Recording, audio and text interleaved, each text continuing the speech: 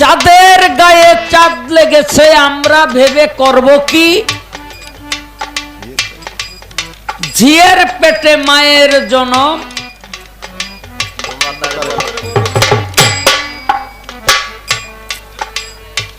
এখন এই ঝিয়ের পেটে মায়ের জনম এটা কিভাবে হয় দেখেন, এটার ভাব হইল দুইটা, একটা আধ্যাত্মিক আর একটা হলো বাহ্যিক।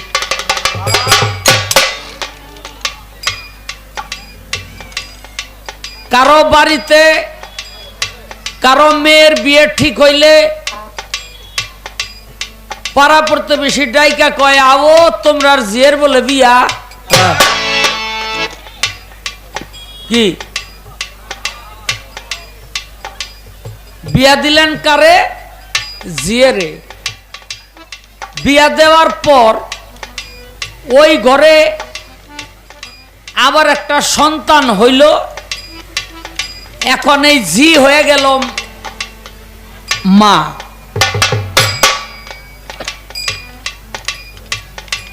ওই মেয়ের জন্ম না নিলে এই মেয়েটা কিন্তু মা হইতে পারত না। তাহলে জিয়ের পেটেই মা লুকায়িত ছিল। এবার আসেন, আল্লাহ পাক যখন ওই যে কবি জালালের একটা গান আছে, জলে ডিম্ব কারে ভাসে পরোয়ারে আপসে আপ ধ্বনি করে শব্দ হলো তাপ। এই যে ডিম্বের খোসা এটা ছিল মা ফাতেমা, পর্দা ছিল হযরত আলী, বিজল রূপে ছিল হাসান হোসেন, আর কুসুম রূপে নবী মোস্তফায়।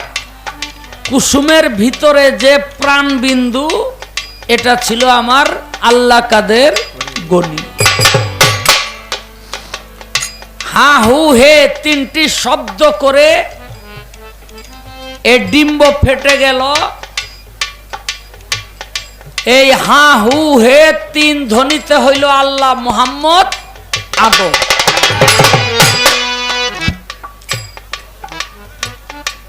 হ্যাঁ, এবার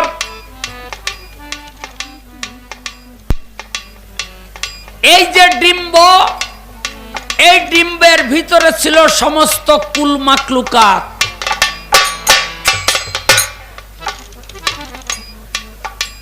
এই ডিম্বের ভিতরে ছিল সমস্ত কুল মাকলুকাত। সেখানে আপনি আমি সবাই লুকায়িত ছিলাম।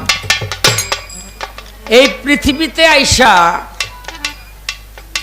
মা ফাতেমার জন্ম নিল কার ঘরে? বিবি খাদিজার ঘরে, বিবি খাদিজার গর্ভে। আচ্ছা, তাহলে ডিম্বরূপে যখন মা ফাতেমা ছিল তখন তো বিবি খাদিজাও ফাতেমার গর্ভের মধ্যেই ছিল। তাহলে ঝিয়ের পেটে মায়ের জনম। তোর না কইছি এদিকে আগে বয়, হ্যাঁ কইছি তো আগে বয়, আগে বয়। হ্যাঁ, চাঁদের গায়ে চাঁদ লেগেছে আমরা ভেবে করব কি। দেখেন, এটারও দুইটা ভাগ, ছেলে একটা চাঁদ, মেয়ে একটা চাঁদ। এই দুই চাঁদের যখন গ্রহণ লাগে তখন কারো কিছু বলার থাকে না। এটা হইল বাহ্যিক। আর আধ্যাত্মিক, আধ্যাত্মিক হইল এই দেহের মধ্যে আছে 24.5 চন্দ্র। আধা চন্দ্র থাকে এই ললাটে, এটা দুইটা হইল জো, একটা আমাবস্যা আর একটা পূর্ণিমা। ডান পাশে যখন চন্দ্র থাকে তখন আমাবস্যায় চাঁদ পড়ে, আর বাম পাশে চন্দ্র গেলে তখন, মাফ করবেন, ডান পাশে আসলে পূর্ণিমায় চন্দ্র থাকে আর বাম পাশে গেলে আমাবস্যার জোটা পায়।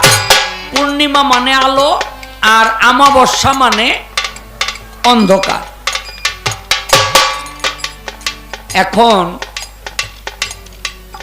মায়ের চন্দ্র পূর্ণিমায়, বাবার চন্দ্র পূর্ণিমায়। আবার মনে রাখবেন, মায়ের চন্দ্র যদি বাম পাশে থাকে তাহলে হয় পূর্ণিমা, আর ডান পাশে থাকলে হয় আমাবস্যা। এই দুই চাঁদে যদি দুইটাই পূর্ণিমার মধ্যে চাঁদ থাকে আর মা বাবা যদি তখন মিলন করে, ওই ঘরে সন্তান হইলে অলিয়া উলিয়া হয়। ওই ঘরে সন্তান হইলে অলিয়া উলিয়া হয়। এই জন্য ফকির লালন বলেছেন, চাঁদের গায়ে চাঁদ লেগেছে, আমরা ভেবে করব কি। এটা যারা দিনক্ষণের হিসাব জানে, সেই চন্দ্রের হিসাব জানে, তারা ওইভাবেই সন্তান পয়দা করে। বেয়াদবি নিয়েন না। আর আমরা যারা আম মানুষ, আমরা এলাম রাত নাই দিন নাই, খাটতে খাটতে জান শেষ। হ্যাঁ, এরপরে হেই গড়ায় পোলা পান 8-10 বছর হইলেই কয়, বাপেরে তুমি বুঝো কি? হ্যাঁ, তুমি বুঝো কি? কইব না? ঠিকই তো কইছে। বুঝা জন্ম দিলে তার পুতে এই কথা কয় না, তুমি বুঝো। জন্মটাই তো না বুঝা দিছে, এর লেগে কয় তুমি বুঝো কি?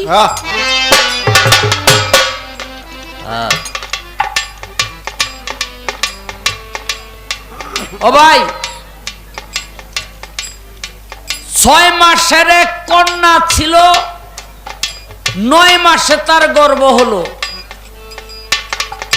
মাতৃ উদরে যখন সন্তান যায়, ভালো করে খেয়াল করে শুনবেন, মাতৃ উদরে যখন, মাতৃ রেহেমে যখন সন্তান যায়, প্রথম মাসে থাকে পানি, দ্বিতীয় মাসে হয় ঘোলা, তৃতীয় মাসে বাঁধে রক্ত মাংসের চাকা, চতুর্থ মাসে হয় মানুষের আকার, 5 মাসে তার ভিতরে আল্লাহ পাক রূহ ফোকেন, 6 মাস হইলে এটা নড়াচড়া আরম্ভ করে দেয়। সন্তানটা হইল 6 মাসের। যখন 6 মাস বয়স হয়, নড়াচড়া কেন করে? স্বয়ং আল্লাহ ওই সন্তানের ভিতরে তার কলব নামে একটা জায়গা গিয়া সে আশ্রয় নেয়। এই জন্য ফকির লালন সাহেব বলেছেন, 6 মাসের এক কন্যা ছিল, 9 মাসে তার গর্ভ হলো। ভক্তি, বিশ্বাস, প্রেম, এই তিনটির সঞ্চার ঘটে মাতৃ রেহেমের ভিতরে। হ্যাঁ, যখন 10 মাস 10 দিন হয়, অর্থাৎ 11 মাসে পরে, তখন ওই মানুষটা পৃথিবীতে আসে। এরপরে এলো ঘর আছে, তার দুয়ার নাই, মানুষ আছে, বাক্য নাই। যদি বাহ্যিকটা বুঝেন তাইলে কবরের মধ্যে দেখবেন ঘর আছে, দুয়ার নাই, বন্ধ থাকে। আর যদি আধ্যাত্মিকে যান তাহলে দেখেন, এই যে মানবের দেহ, এই দেহের মধ্যে দুইটা ভাব। একটা হলো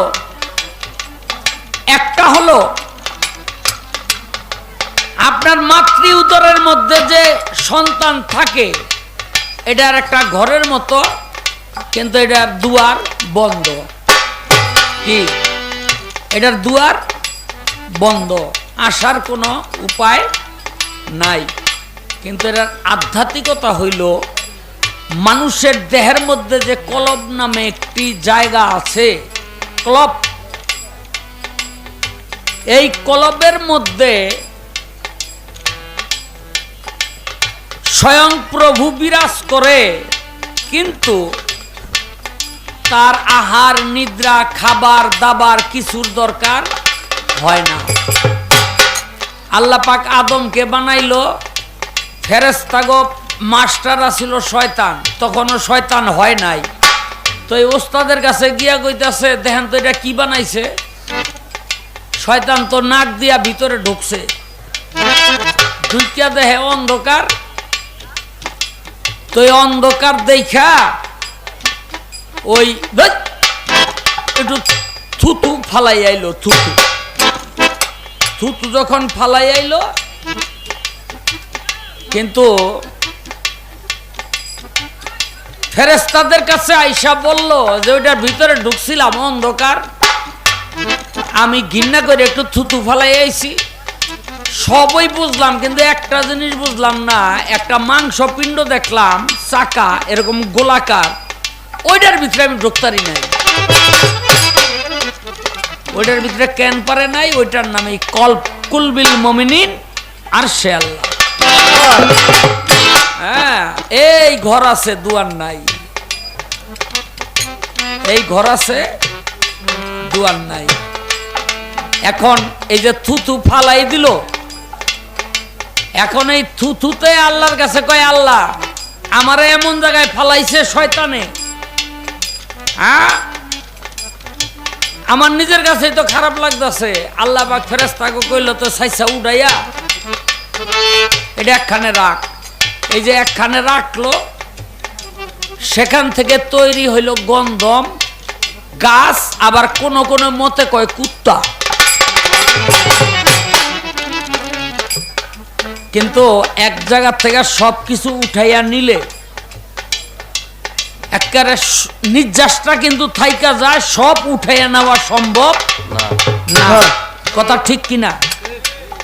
তেল পড়তে দেখছেন না, ওই ইয়ের থেকে, এই বোতলের থেকে রানতে গেলে নানি দাদি গো বাড়ি লাগিয়া, আসলের বাড়ি লাগিয়া পড়ে যাইতো, তাড়াতাড়ি থাপা দিয়ে উঠাইতো, তারপরে মাটিতে থেকে যাইতো। এইরকম থুথুর নির্যাস রয়ে গেল আদমের দেহে, যেখান থেকে তৈরি হইল 6টা রিপু। এই যে কাম, ক্রোধ, লোভ, লালসা, মদ, মাৎসর্য, এই 6টা রিপু সেখান থেকে তৈরি হইল। লালন ফকির ভেবে বলে, ছেলে মরে মায়ে ছুইলে। আমার বাবার মস্তকে আমি ছিলাম, আমার মা যদি আমাকে না ছুঁইতো আমার জন্ম হইতো না, আর জন্ম না হইলে আমার মরার প্রশ্নও আসতো না। কথা ঠিক কিনা? আচ্ছা, আবার দেখেন, পানি থেকে লবণের জন্ম।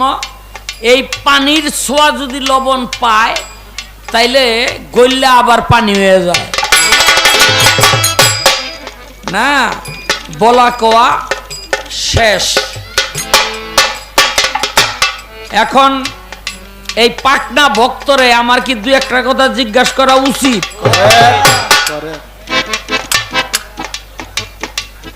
একজনে ধরছে গুরু, বয়স তো কম ওর মতো,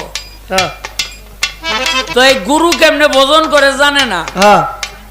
পাশের গ্রামে একজনের গুরু আইছে, গেছে দেখতে কেমনে ভোজন করে, দেখবো।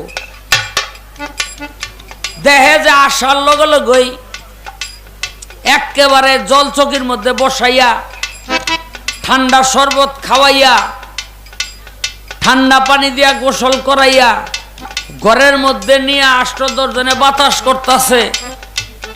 তো ও মনে মনে কয়, গুরু ভজন কেমনে করে শিখলাম। 6-7 মাস পর ওর বাড়ি তো গুরু আইছে, ঠান্ডা শরবত খাওয়াইয়া, জল চকিতে বহাইয়া, ঠান্ডা পানিতে গোসল করে ঘরের মধ্যে নিয়ে 8-10 জনে বাতাস করতেছে। গুরু তো বেটকি দিয়া মইরা দিচ্ছে। আরে মইরা রইছে কেন? এই বাড়িতে গুরু আইছিল গরমের দিনে, আর এই বাড়িতে আইছে শীতের দিনে। এইটা ছিল জুয়ান আর এটা হলো বুড়া। হ্যাঁ, বেটকি দিয়া রইছে মইরা অনেক আমরা কান্দে আর কয় আমি ভক্ত তো ভালাই আছিলাম, গুরু এনা ভজনে টিকলো না। তা আমি আজকে ভজনে টিকি কিনা? হ্যাঁ, সন্দেহ আছে রে। এই রাখ।